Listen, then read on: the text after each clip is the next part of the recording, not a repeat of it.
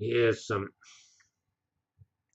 other example from a long time ago. We have at the top a little, we have a California, and we imagined that this California had 4 missile sites, and the missiles were launched from those sites, and you were in charge of tracking those missiles and shooting them down.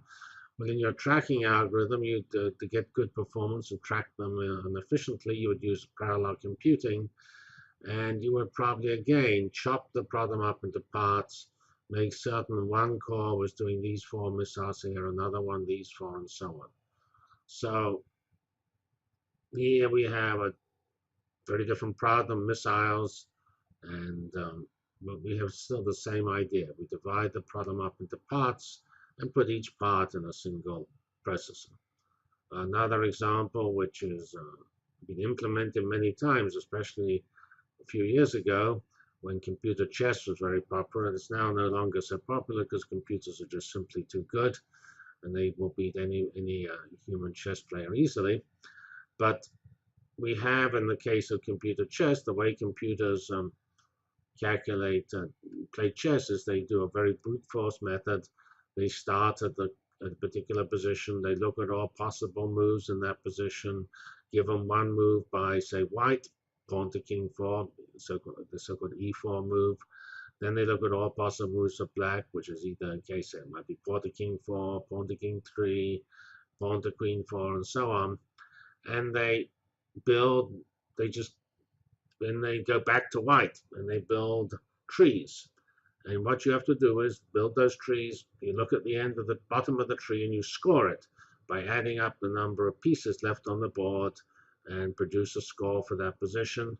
And then you try to choose the move which gives you the best score. Assuming the opposition plays the best move at each stage. And this can be done in parallel. Here is an obvious way of doing it in parallel. We take these moves here. We assign each of these moves to a different processor.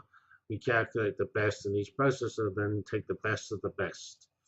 And this is all done in a rather subtle fashion called alpha-beta pruning, and you have to refer to the literature to know how to do it completely optimally. But it's still the same idea. You decompose the problem. And here we have moves as the thing we're decomposing.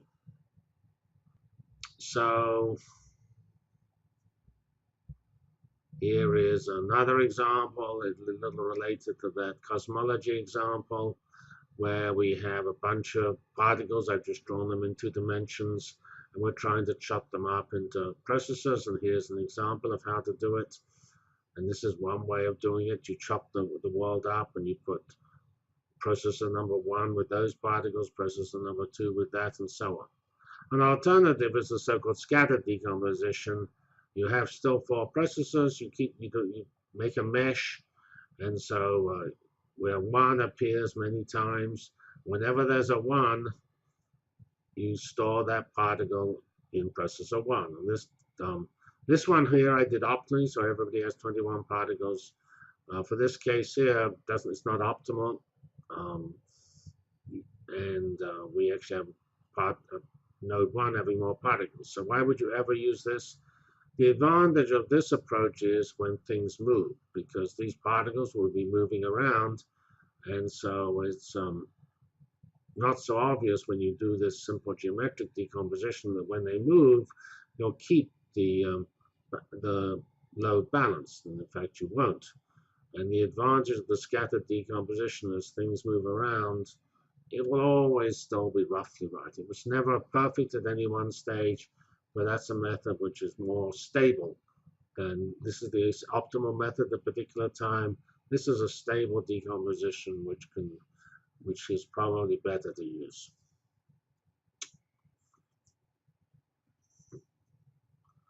So here we have some summary of these ideas. We pointed out the clusters. When we're doing clustering, we put points in the multiple cores, and then a given cluster, we're going to decompose the points, but then a cluster is going to want to have will have several points, but that cluster will then probably spread over multiple cores. So for that problem, the cores have to communicate with each other to make certain that we can actually calculate the parameters of each cluster properly. We described how we would do web pages and divide those up for search algorithms. When we're doing recommender systems, we could divide up either items or users. I went through the chess case where alpha beta search is implemented, and we decompose moves, and then we need an equal number of good moves on each core, which is pretty hard to do.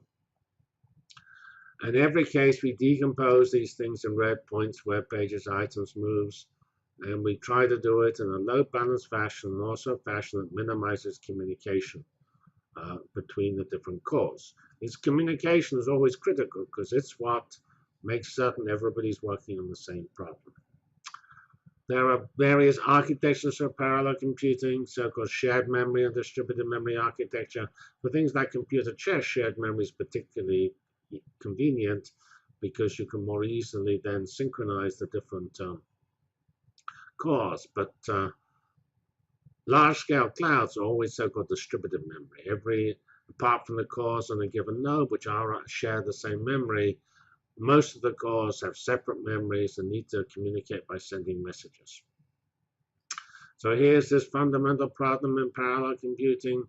Chop up the problem into parts, minimize the synchronization overhead and the communication overhead, and make the cores do roughly equal amounts of work.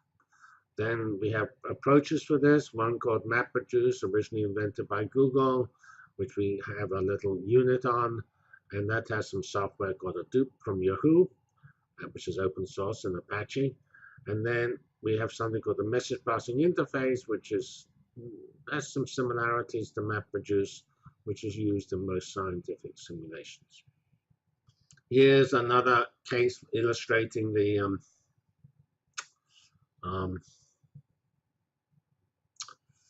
load imbalance. We have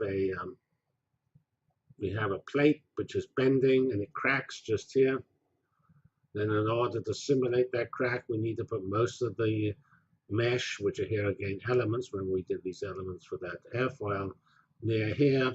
And if we did equal geometrical decomposition, the load and workload would be terrible. And with the minimum load, the minimum number of elements per processor will be 6, and the maximum is 331. Complete catastrophe, because essentially this poor processor here does all the work, and therefore if you ran it like that in parallel, you'll get terrible performance. And so you need to do it differently, and here's a way of doing it differently. You could decompose it, as I suggested, by putting an equal number of nodal points in each processor. It's not too easy to do that precisely, but it looks sort of like this. You can see most of the processors are stored here. I should say that we try to do this with these geometrically compact regions so that every processor has all the points in a well-defined geometrical region. That's because of the local structure of this problem, where the basic algorithm involves any given nodal element knowing about the neighboring nodal element. So in these types of problems, we always try to keep the geometry obeyed. This, in a computer science language, this load balancing problem is exponentially hard, so called NP complete. But there are many good practical methods. This one happened to use, I think, so-called simulated annealing, which is a particular powerful, albeit rather slow, optimization problem. And when we did this, we got almost perfect workload. Not exact, but once you get to this case here with 10% difference between minimum and maximum, that type of overhead of a few percent is not important compared to other overheads you have. So you don't, and that's all you really need. So you do not need exact answers here. You just need good answers.